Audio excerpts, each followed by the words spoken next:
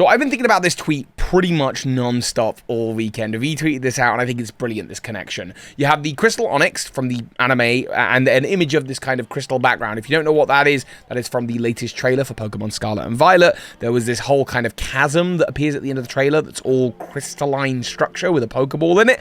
What does it all mean? Kayla's Capsule has done a brilliant video, which I'll leave linked in the description, talking about how this possibly represents the... Obviously, it's the new mechanic that appears in the logo of the Japanese version, but it's like a quantum time crystal, I think was the wording used. A quantum time crystal, the ability to alter your Pokemon through time and crystal, possibly. There's a few images that are being evoked here. First of all, obviously, we have, yes, the crystal onix that appears in the animated series. There's an episode in the Orange Islands arc all about a glass maker who wanted to craft Pokemon out of glass, and he was inspired. He just wanted to see this incredibly rare onix. Now, this was introduced in the Orange Islands. The Orange Islands are basically what inspired Sun and Moon. Sun and Moon has island trials, just like the weird, odd trial gyms that appear in the Orange Islands arc. Obviously, your island surfing. And of course, it was the first introduction canonically for regional variants with Sun and Moon. But in the animated series, regional variants appeared really first in the Orange Islands. And I've been saying every single generation, whether Sun and Moon, whether the Sword and Shield, whether Legends Arceus, every time regional variants come up, I'm like, they need to canonize the Crystal Onix, which they sort of half did with Mega Steelix, with the crystal structures, just singing them out. But crystal Pokemon have appeared elsewhere. They've appeared in the card game. By the way, apologies for the kind of lackluster editing on this one. I'm just convinced there's going to be a trailer in the next couple days, maybe the next week or so, and I think there's a chance that this could get revealed, so I kind of just want to get it out there beforehand. This is the Crystal Celebi. This is also the Crystal Celebi. Love this card. Really, really cool card. Crystal type is the Pokebody ability on this. Now, these cards first appeared in Aquapolis and then appeared again in Skyridge. There's somewhere between 8 and 12 of them. I can't quite remember. But they sort of take on a new type that is on top of the normal type, and they use multiple energy types to attack. They're incredibly rare cards, and while I don't think this will specifically be the type of crystal Pokemon we get, it's just interesting that the theming has appeared before, and interesting especially that it focuses on Celebi for a couple of reasons. Number one, Celebi is a time travel Pokemon, and we know that the big theme for the next generation is time. It's the past and the future. But also, Pokemon Crystal version had the event in the Virtual Console and Japanese only that allowed you to capture Celebi, because yeah, of course, we've got Pokemon Crystal.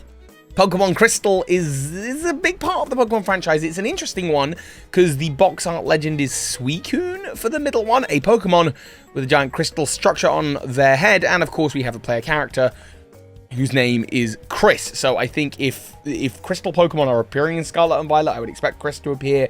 I might even expect something to happen with Suicune, or it could be a nod to a future sort of regional variant for them if they did another Legends game in the future, maybe Legends Johto. Obviously, Celebi, Suicune, Crystal, there's a lot of crossover there. And in fact, in the third Pokemon movie, there were the Crystal Pokeballs generated by Entei. Now, Entei was made by the illusion powers of the Unknown, and the Unknown, when they brought things into reality, they came first in the form of a crystal-like structure. I do wonder if we're talking about these legendary Pokemon, Miraidon and Koraidon, and they have powers beyond other legendary Pokemon. And we're talking about time travel, and we're talking about reality bending, that maybe there's the possibility that in order to create something new in the reality of the Pokemon world, you do it in the form of a crystal structure first, and that could be where these Pokemon get their power. But I think it's more than just Pokemon wearing crystal-like armor.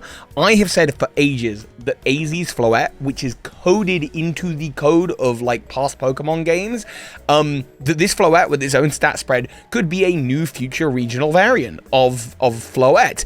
And sure enough, the ultimate weapon for which AZ's Floette kind of inspired the design of the ultimate weapon, because AZ created it, is made out of a giant crystal. I wonder if this AZ's Floette could be its crystal form, or some kind of nod to something like that happening in the future. I think in the main trailer for Scarlet and Violet, there's a big, there's lots of, flower patterns that are around the outside of the kind of main area of the main city with all the types. So there's just a lot tying in there for me. Recently, in the Crown Tundra, and I just did a video on this today, we got Regidrago, which is made out of a crystallized dragon energy. could be a little nod to crystallized typings or crystallized something or other coming in the future. Suicune, as I mentioned, obviously Pokemon Crystal version, it took a big feature role in Pokken Tournament, which wasn't that long ago. Definitely within the space of time that Pokemon would have been planning on and beginning just early development on Scarlet and Violet, I would have thought. But similarly, Suicune is like the first legendary that you have to battle in the Isle of Armor, Crown Tundra, in the Crown Tundra Max Raid lair.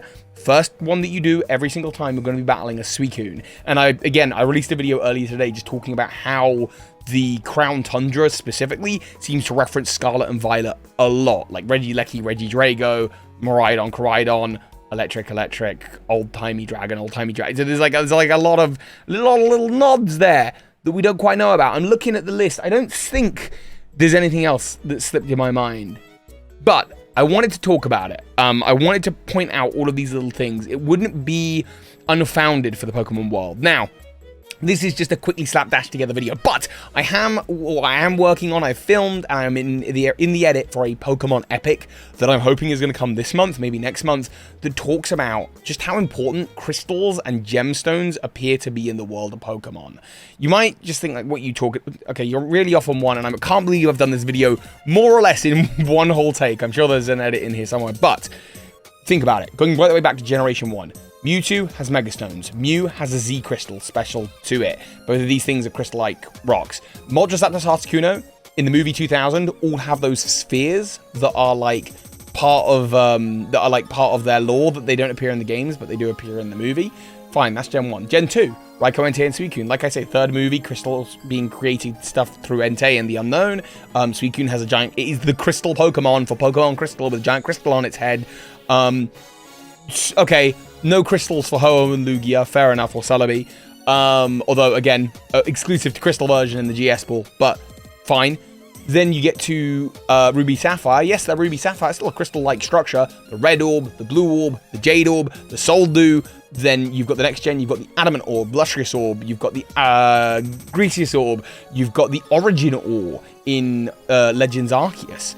And the next generation, again, more precious rocks. That's really the focus here. You've got your White Stone and Black Stone. You've got the Regis that are made out of different minerals and crystallized dragon energy. Generation after that, you've got Necrozma, a giant space prism monster. You've got Kyurem, a giant space ice crystal, effectively dragon. Again, Eternatus has its wishing stars, bits of its body, and the Amrite ore and the Dynite ore, all these different ores and rocks. Legends Arceus shows us that you've got all of these different, like, all the orbs came from ores. Big space rocks are a big part of the world of Pokemon. You craft Pokeballs from ores that you find in the ground, crystal structures that sprout up. In Brilliant Diamond Shining Pearl, even in the center of the region, underneath Celestic Town, there's the Stargazer Room, which is just a room filled with giant crystals and areas all across the Pokemon world. The Unova Pokemon League, the Anastar City Sundial, the Glittering Cave, all of these areas filled with crystals.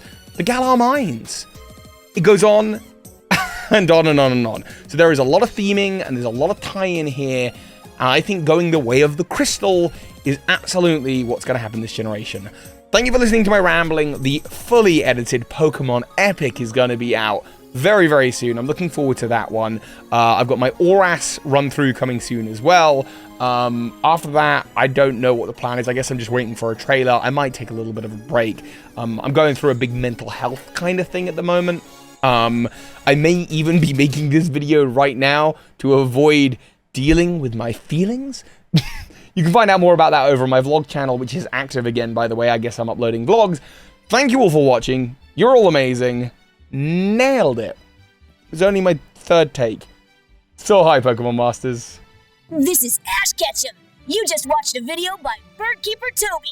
That makes you a Pokemon Master. As always, a massive thank you to those of you who support this channel on Patreon. You make this channel possible, and a special thank you to the big patrons of this month, the Elgator, Jedruben, and Michael Hornschuch.